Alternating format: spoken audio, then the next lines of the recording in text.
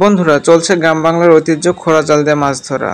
আর এটা কিন্তু আমাদের উদয়পুর সুইচ গেট। আর আমাদের এই উদয়পুর সুইচ গেট কিন্তু মাছের জন্য বিখ্যাত। এখানে কিন্তু সবসময় বন্যার সময় প্রচুর পরিমাণে মাছ হয়ে থাকে। আর এই খোঁড়া জাল দিয়ে কিন্তু প্রতিদিন প্রচুর পরিমাণে মাছ পেয়ে থাকে। তবে আজ অনেকটা মাছ হচ্ছে।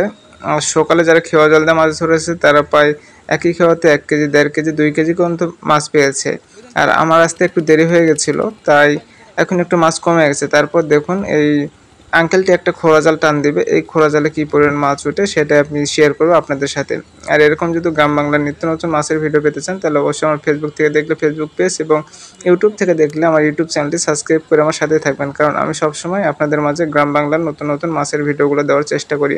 আর গ্রামের কীভাবে মাছ ধরে বা মাছ ধরার নতুন নতুন টেকনিকগুলো আপনাদের মাঝে শেয়ার করার চেষ্টা করি। দেখুন এই আঙ্কেলটি কত সুন্দর করে খোঁড়া জালটা টান দিচ্ছে।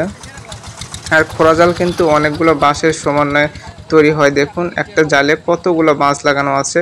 আর এই আঙ্কেলটা জাল তোলার পর দেখুন এই আঙ্কেলের জালে কিন্তু মাছ উঠেছিল, খুব একটা বেশি না উঠলেও প্রায় 1 কেজি 1.5 কেজির মতো কিন্তু মাছ উঠে গেছিলো। আর এরকম যদি নিত্য নতুন মাছের ভিডিও পেতে চান অবশ্যই আমার ইউটিউব চ্যানেলটি সাবস্ক্রাইব করে আমার পাশেই থাকবেন। আর আজকের এই ভিডিওটা কেমন লাগলো অবশ্যই কমেন্টে বলে যাবেন।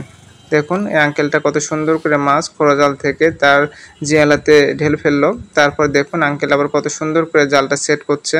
আর দেখুন খোঁড়া জাল দিয়ে মাছ মারা দেখতে কিন্তু অনেক ভালো লাগে। আপনাদের কাছে কেমন লাগে অবশ্যই কমেন্টে বলে যাবেন।